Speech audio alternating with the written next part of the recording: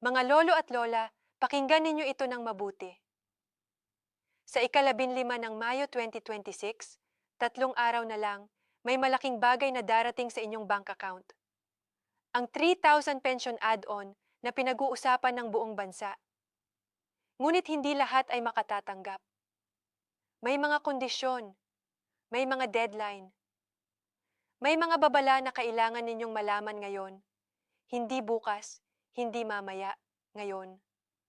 Kung hindi kayo makikinig ngayong araw na ito, maaaring matanggap ng ibang tao ang inyong pera o mas masahol pa, maaaring manakaw ito. Kaya manatili kayo. Ang susunod na 15 minuto ay maaaring maging pinakamahalagang 15 minuto ng inyong buwan. Mga minamahal na lolo at lola, magandang araw po sa inyong lahat. Kung nanonood kayo ngayon, isang bagay lang ang nais kong sabihin sa simula pa lamang, tama kayo. Tama kayo sa paghahanap ng katotohanan. Tama kayo sa pagiging maingat. At tama kayo sa pagpili na manood ng video na ito bago pa man mag-ika-15 ng Mayo 2026 dahil iyon ang araw na inaasahang ilalabas ng SSS ang supplemental pension payment para sa mga karapat-dapat na miyembro. 3 araw na lamang mula ngayon. 3 araw para matiyak na handa kayo, na tama ang inyong account, at na alam ninyo ang bawat detalye ng prosesong ito. Ngayon, mayroon akong pangako sa inyo. Sa loob ng susunod na 15 minuto, wala akong ibibigay sa inyo na hula. Walang tsismis, walang kalahating katotohanan. Ang lahat ng sasabihin ko ay batay sa mga opisyal na pahayag ng SSS, GSIS at DSWD na inilabas sa nakalipas na ilang linggo. Kung may hindi malinaw, sasabihin ko na hindi pa malinaw. Iyon ang aking pangako bilang inyong kaibigan dito sa channel na ito. Hindi ako nagbebenta ng sana-sana at marahil-marahil. Nagbibigay ako ng katotohan. Kaya simulan na natin. Bakit napakaraming kalituhan tungkol sa 3,000 na ito? Ito ang unang tanong na kailangan nating sagutin bago tayo pumunta sa kung sino ang tatanggap at kailan. Ang sagot ay simple lang. Maraming opisyal na pahayag mula sa iba't ibang ahensya ang lumabas ng magkakasabay, SSS, GSIS, DSWD, at ang bawat isa ay may kani-kanilang kahulugan ng dagdag na 3,000. Hindi sila magkaparehong programa. Hindi sila magkaparehong petsa. At hindi sila para sa lahat. Hayaan ninyo akong ipaliwanag ito ng malinaw. May 3 uri ng dagdag na pinagsasama-sama ng mga tao sa iisang kategorya ng 3,000.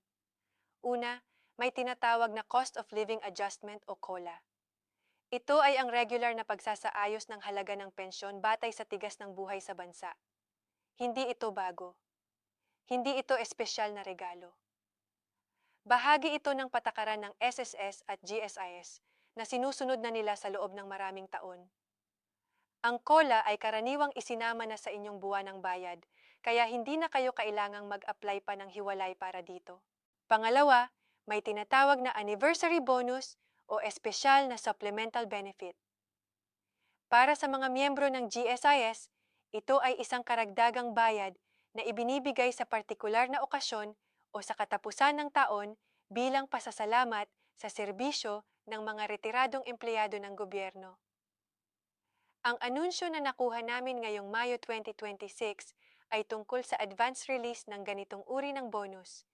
Ibig sabihin, hindi na ninyo kailangang hintayin ang katapusan ng taon dahil inilalabas ito ngayong buwan ng Mayo. At pangatlo, ang social pension ng DSWD. Ito ay para sa mga lolo at lola na hindi miyembro ng SSS o GSIS at walang regular na pinagkukunang kita.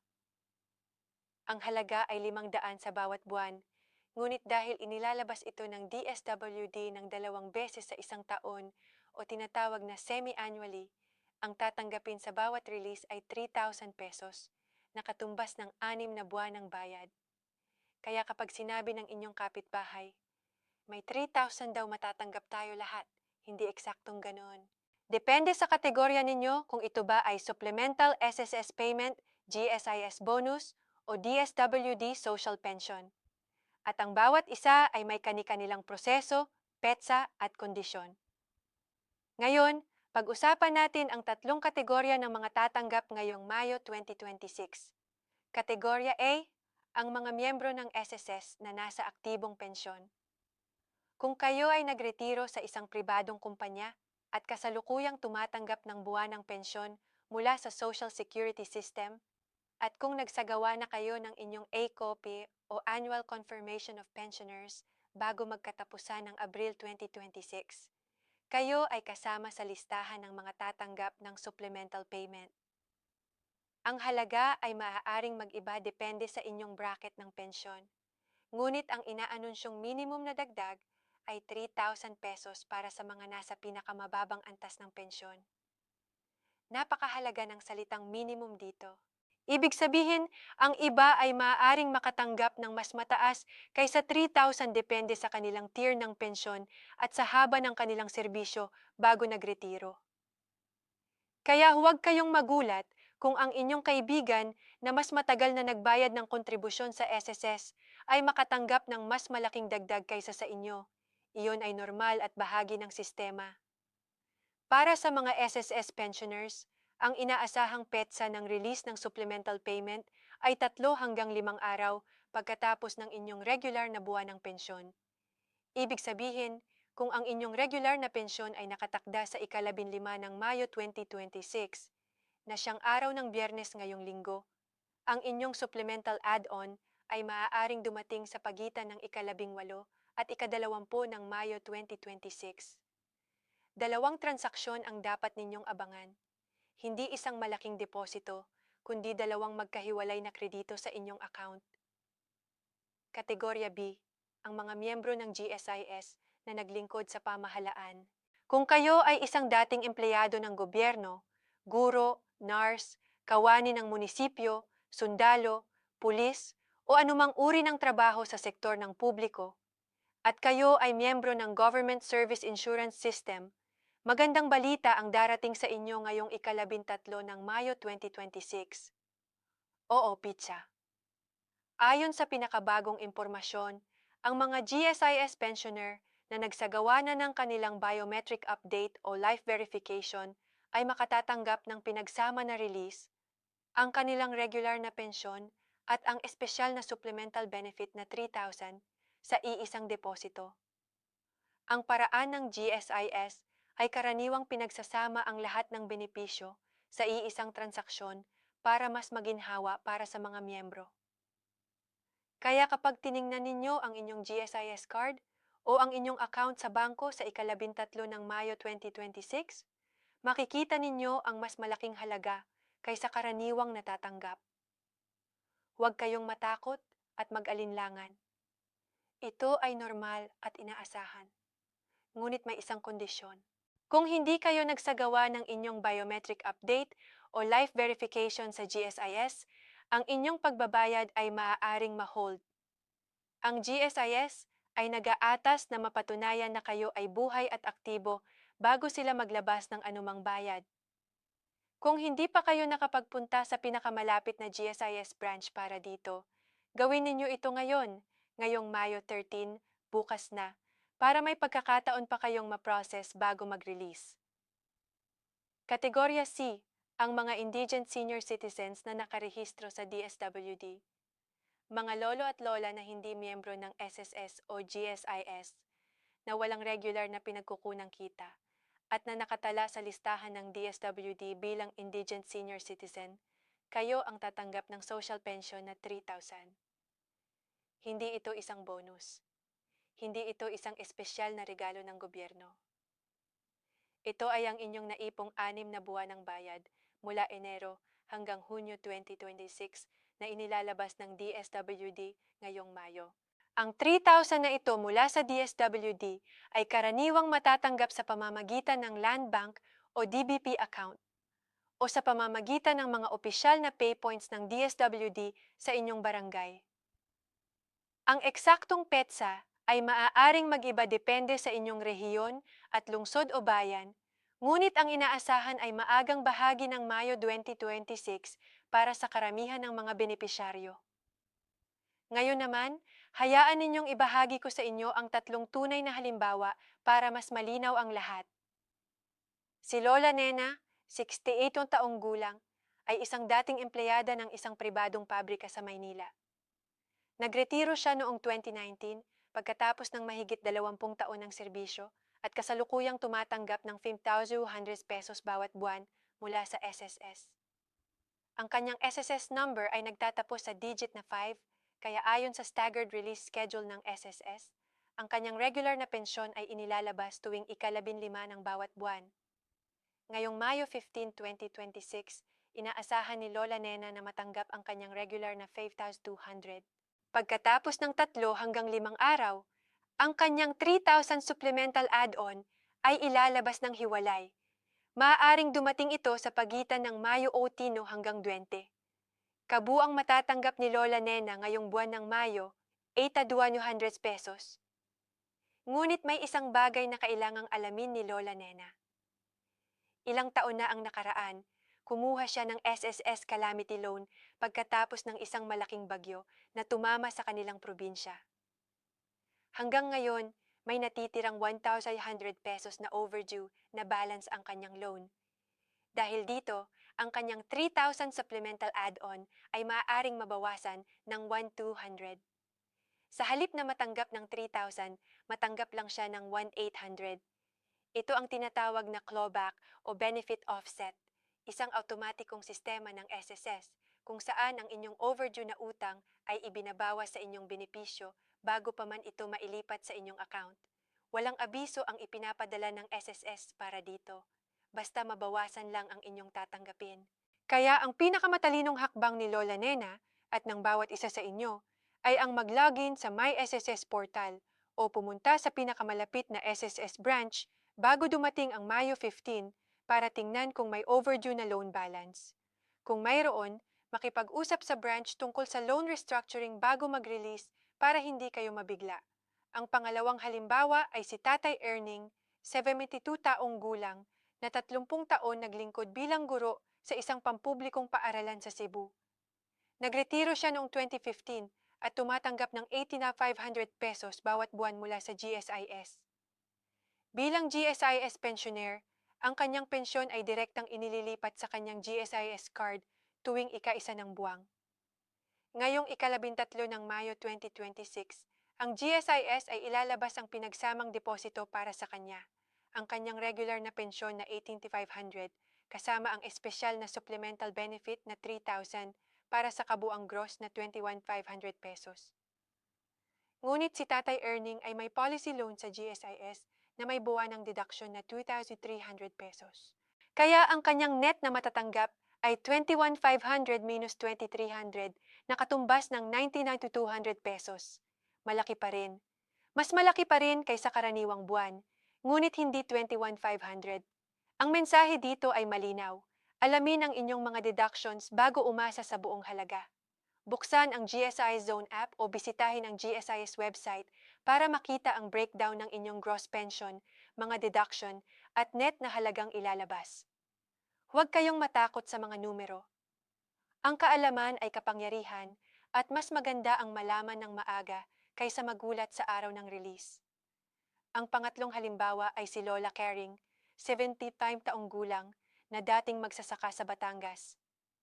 Si Lola Caring ay hindi nakapag-SSS dahil self-employed siya noong kabataan niya.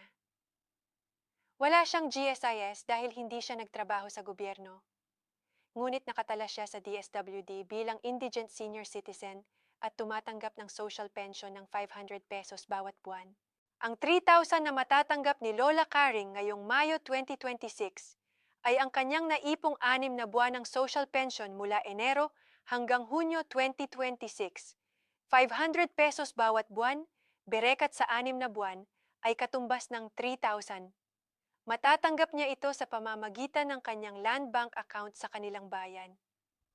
Ang pinakamahalagang babala para kay Lola Caring ay ito.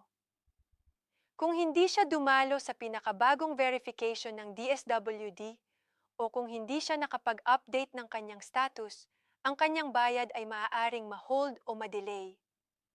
Ang DSWD ay nag-aatas na regular na beribikahin ang mga benepisyaryo para matiyak na ang mga aktibong miyembro lamang ang tumatanggap. Kaya kung kilala ninyo ang isang lola o lolo sa inyong komunidad na nasa ganitong sitwasyon, tulungan ninyo silang makipag-ugnayan sa lokal na DSWD office bago matapos ang linggo. Ngayon, pag-usapan natin ang pinakamahalagang bahagi ng video na ito, ang mga babala. Dahil kung hindi kayo maingat, ang 3,000 na inyong pinaghandaan ay maaaring hindi dumating. O mas masama, maaaring makuha ng iba. Unang babala, ang ACOP o Annual Confirmation of Pensioners para sa mga SSS members.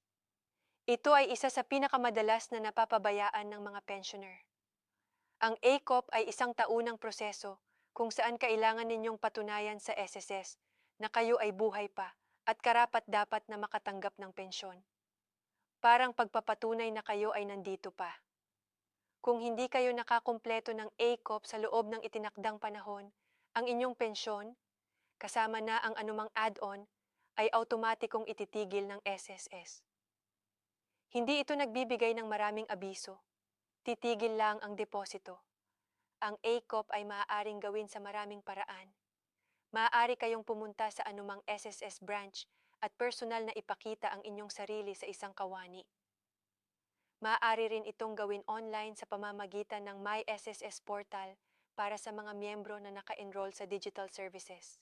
At maaari rin itong gawin sa pamamagitan ng mga accredited banks na may SSS partnership.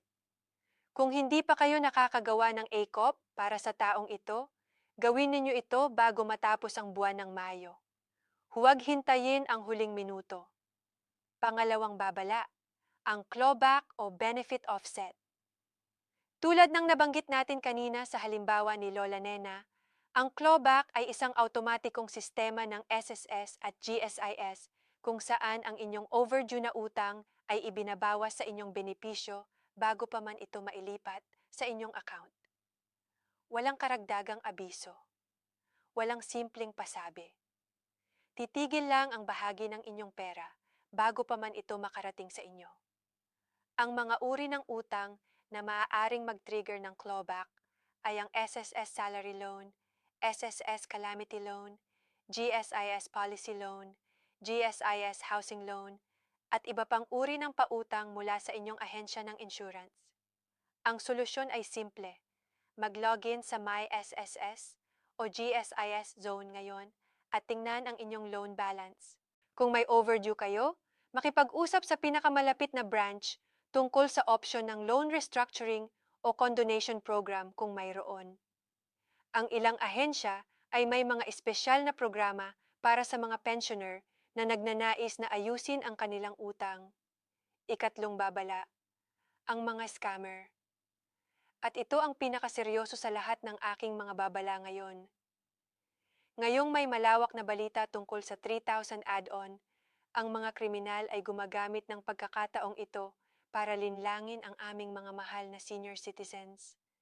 Napakaraming paraan kung paano nila ito ginagawa. May mga tumatawag sa telepono na nagpapanggap na kawani ng SSS o GSIS. Sasabihin nila na kailangan ninyong magbayad ng processing fee o registration fee para matanggap ang inyong add-on. Ito ay isang malaking kasinungalingan. Ang SSS at GSIS ay hindi kailanman hihingi ng bayad para ilabas ang inyong benepisyo. 0 piso ang processing fee. 0 piso ang registration fee. Kung may humihingi ng pera para mailabas ang inyong pensyon, iyan ay isang scammer. Ibaba ang telepono. May mga nagpapadala rin ng text messages na may kasamang link sa isang website. Ang website na iyon ay kamukha ng opisyal na SSS o GSIS portal, parehong kulay, parehong logo, ngunit peke. Kapag nag-click kayo at nag-enter ng inyong personal na impormasyon, ninakaw na ng mga kriminal ang inyong identity. Tandaan, ang opisyal na website ng SSS ay my.ss.gov.ph at ang opisyal na website ng GSIS ay www.gss.gov.ph. Huwag kayo mag-click ng anumang link na ipinapadala sa inyo sa text o email maliban kung kayo mismo ang naghanap nito. At may mga tumatawag din na humihingi ng inyong SSS number, GSIS number, birthday, o bank account details. Huwag ibigay ang mga ito sa sino man na tumatawag sa inyo ng walang abiso. Ang mga tunay na kawani ng SSS at GSIS ay hindi kakailanganin ang inyong SSS o GSIS number sa pamamagitan ng telepono dahil nasa kanilang sistema na ang lahat ng impormasyon ninyo. Kung may humihiling nito, malinaw na scam iyon.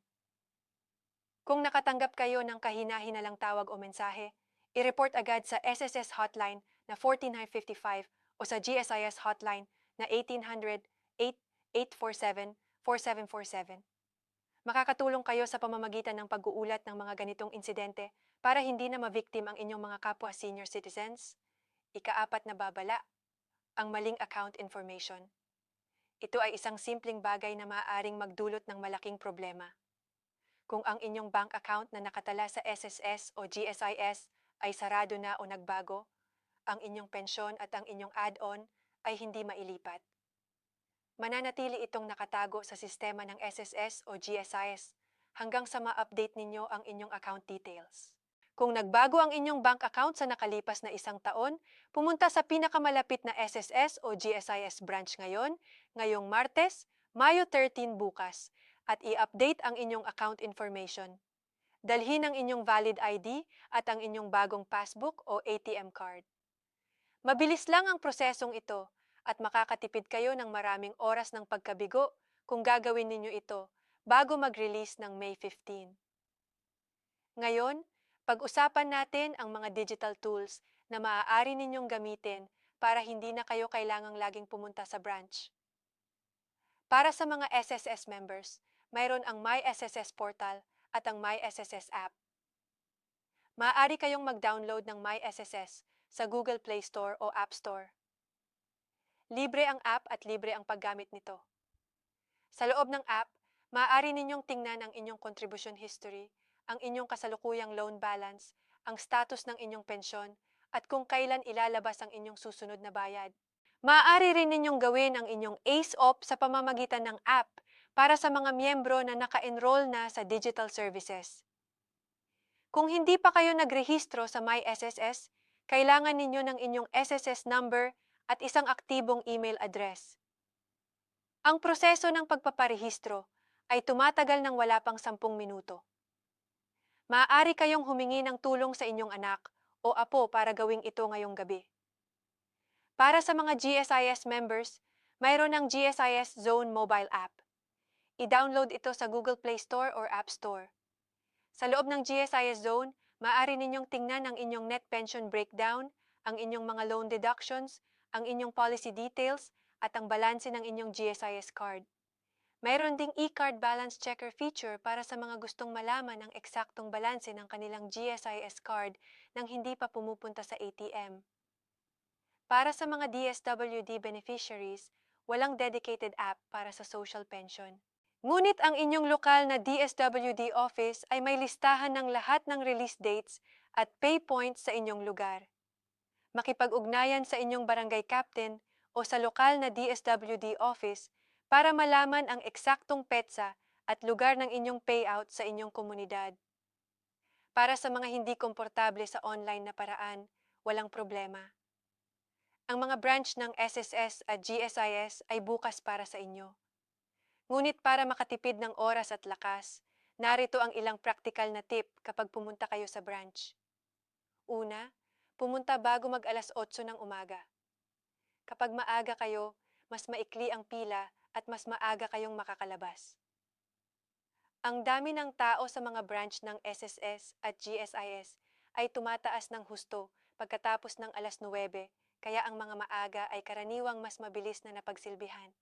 Pangalawa, dalhin ang lahat ng kailangan, isang valid ID na may litrato tulad ng Senior Citizens ID, passport o driver's license, ang inyong passbook o ATM card, at anumang pinakabagong sulat o abiso mula sa SSS o GSIS. Pangatlo, at ito ay napakahalaga, gamitin ang Senior Citizens Priority Lane. Mayroon kayong legal na karapatan sa priority lane sa lahat ng ahensya ng gobyerno. Hindi kayo dapat pumila sa likod ng lahat. Huwag mahiyang humiling ng priority service. Iyan ang inyong karapatan bilang isang senior citizen ng Pilipinas. Ikaapat, magdala ng kasama. Hindi lang para sa kaligtasan ninyo sa daan, kundi para din sa kaginhawahan sa loob ng branch. Minsan, ang mga proseso at forms ay medyo nakakalito at mas madali ang lahat kung may kasama kayo na makakatulong sa pagbasa at pagpirma. Bago tayo mag-wrap up, nais kong ibahagi ang isang bagay na sa tingin ko ay mahalaga para marinig ng bawat isa sa inyo ngayon. Marami sa atin ay lumaki sa kulturang nagtuturo na ang pagtanggap ng tulong ay isang kahinaan, na ang humingi ng inyong nararapat ay kahiya-hiya, na ang makiusap sa gobyerno para sa benepisyo ay parang pag-asa sa awa. Nais kong pabagsakin ang ganitong pag-iisip ngayon mismo. Ang 3,000 na ito, kahit galing man ito sa SSS, sa GSIS o sa DSWD, ay hindi awa. Ito ay isang karapatang kinita ninyo sa pamamagitan ng inyong pagtatrabaho, ng inyong pagbabayad ng kontribusyon, ng inyong pagsisilbi sa bansang ito sa loob ng maraming taon. Ang bawat buwan na nagbayad kayo ng SSS o GSIS ay isang puhunan. At ang pensyon na inyong tinatanggap ngayon, kasama ang anumang add-on, ay ang return on investment ng inyong kabataan at lakas. Kaya huwag kayong mag-alinlangan. Huwag kayong mahiya. Kumuha kayo ng lahat ng inyong nararapat. Tiyaking kumpleto ang inyong ACOP. Tiyaking updated ang inyong account. Tiyaking wala kayong overdue na loan na magiging dahilan ng clawback. Tiyaking hindi kayo mabibiktima ng scammer. Gawin ninyo ang lahat ng kailangan para matiyak na ang bawat pisong inyong kinita ay darating sa inyong mga kamay. Sa kamay kung saan dapat ito marating. At kung mayroon kayong katanungan na hindi nasagot ng video na ito, i-comment ito sa ibaba. Nandito ang aming team para sagutin ang bawat tanong. Bawat katanungan ninyo ay mahalaga. Bawat concern ay binibigyang pansin namin. Kung nakatulong sa inyo ang video na ito ngayon, mayroon kayong maaaring gawin para tulungan ang inyong mga kapwa senior citizens. I-share ang video na ito sa inyong mga anak, apo, o kaibigan. Dahil marahil mayroong isang lolo o lola sa inyong buhay na hindi alam ang tungkol sa ACOP deadline, o hindi alam na may clawback na nangyayari sa kanyang account, o hindi alam na may scammer na nagtatangkang nakawin ang kanyang pensyon. Ang isang share ay maaaring mag-iba ng buhay ng isang tao. I-subscribe sa aming channel at i-click ang bell button para lagi kayong una sa lahat ng balita tungkol sa inyong pensyon, inyong mga benepisyo, at sa lahat ng bagong patakaran na nakakaapekto sa inyong buhay bilang isang senior citizen. Mga minamahal na lolo at lola, sa ika-15 ng Mayo 2026, 3 araw na lang, may darating sa inyong account. Tiyakin ninyong handa kayo. Tiyakin ninyong ligtas kayo. At tiyakin ninyong alam ninyo ang inyong karapatan. Mahal namin kayo. Ingat palagi. At hanggang sa susunod na video.